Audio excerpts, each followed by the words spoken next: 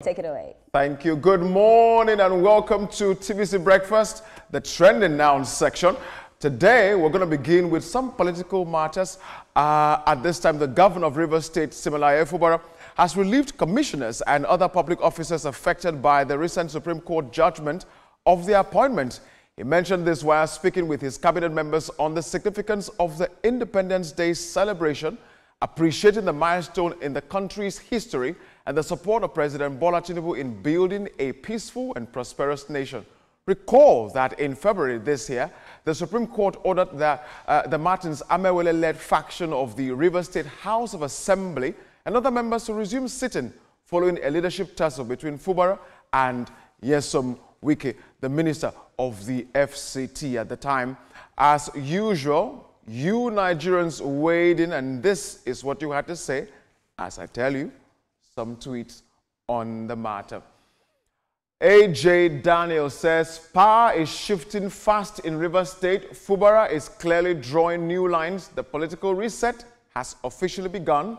Let's see where this leads. Fair point. Diho says, aha. Baba is back and has started walking. Etoma, Rhea and Ibrahim, he is really back and he's begun working. Remember, the minister of the FCC said he will not influence, the decision of who becomes a commissioner in the state. That statement has been made. Let's wait and see if it's going to turn out like that. But the good thing is that Fubara has come back and he's already sounding like a governor of a state again. Removing the commissioners is one aspect that I was a little bit shaky about, because of the possible tussles that could come with selection of new ones. That the political climate in River State has changed, yes, it's expected to change. Let's see what happens. Of course, let's see what happens, but I'm just happy that he's taken center stage. Now, so if you remember on the newspaper review the other day, I said I need him to make his own decisions by himself because they put you there to make decisions, and I had a problem with, someone just trying to interfere. Let him do his job, and I'm happy that now he's gotten back, he's taken charge. I want to see you do more. I want to see you put more reforms. I want to see peace and tranquility, in River State as well. And I believe Wike, when he said he's not going to influence anything, he believes in agreements. Whatever Wike says, he stands by it. Yendeba, that man doesn't joke with agreements. But for Fubara, we want to see more reforms, and we want to see you really take action like the governor that you are. Yes, it's good that what is done now is something that I can say it's a concession, a pragmatic concession, that will definitely end the political stalemate which we had in River State that ushered in the sole administrators that tenure during the time Fubara wasn't there. But others are saying that, this has weakened Fubara, what he would have been probably doing as a governor. Well, it now looks like Wike has the upper hand.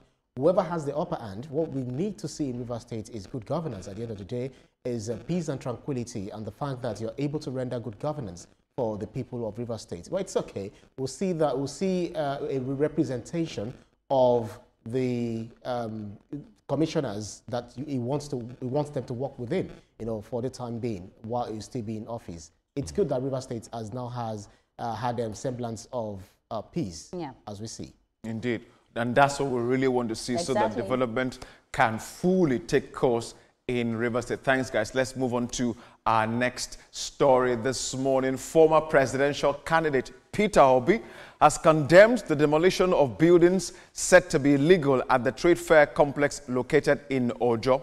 Obi says the demolition of 19 buildings was unfair on the traders who, according to him, had obtained necessary approvals before their structures were pulled down. But the Lagos State government has fired back, rejecting the claims. In a statement on Wednesday, the Commissioner for Information and Strategy, Benga Omotosho, said Mr. Obi misrepresented the facts, insisting that the affected developers had no approvals and ignored repeated opportunities to regularize their papers. Now, of course, this is a hot topic, and Nigerians had some things to say. Let's tell you some of those on the tweets this morning.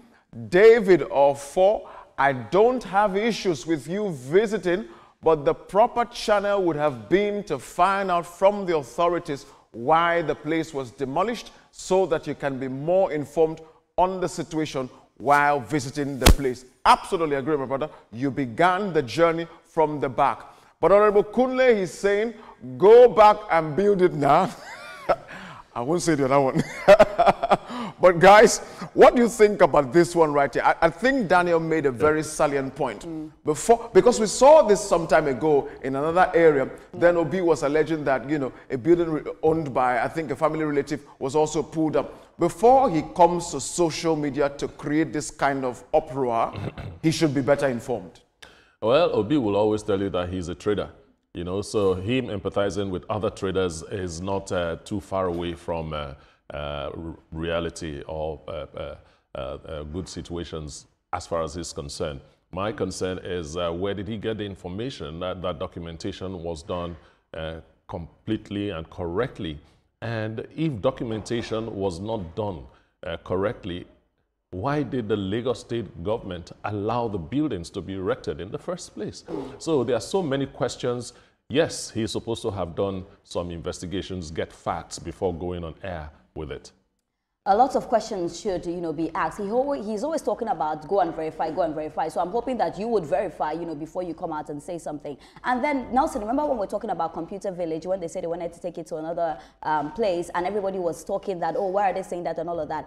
I believe that Lagos State will not just put something down if, you know, it's built properly and you know, they follow the rules and regulations. But also, like Thomas said, sometimes why then allow them go further with it and then take it down? That's something that I need to dig deep into, because it's something that I do not understand. I want to believe that they were told and the people went ahead to do it, because, you know, if you have told somebody something, I think that you should not let them go ahead to do it. But yes, Peter Obi, I think most times, I think you need to verify before you come out and say something. It's sad. I know he's a trader, so it's sad to say. When I see things like this go down, I'm not happy about it. But at the end of the day, the right things have to be done. If we want a better Nigeria, how do we do it? Ibrahim, before you weigh in on this, let me incur this into the conversation. Now, if Obi even had a pre-information about what is going on here, what would have been the right channel or the right process for him to take so as to maybe stop this demolition from happening or find a way of compensation for these traders?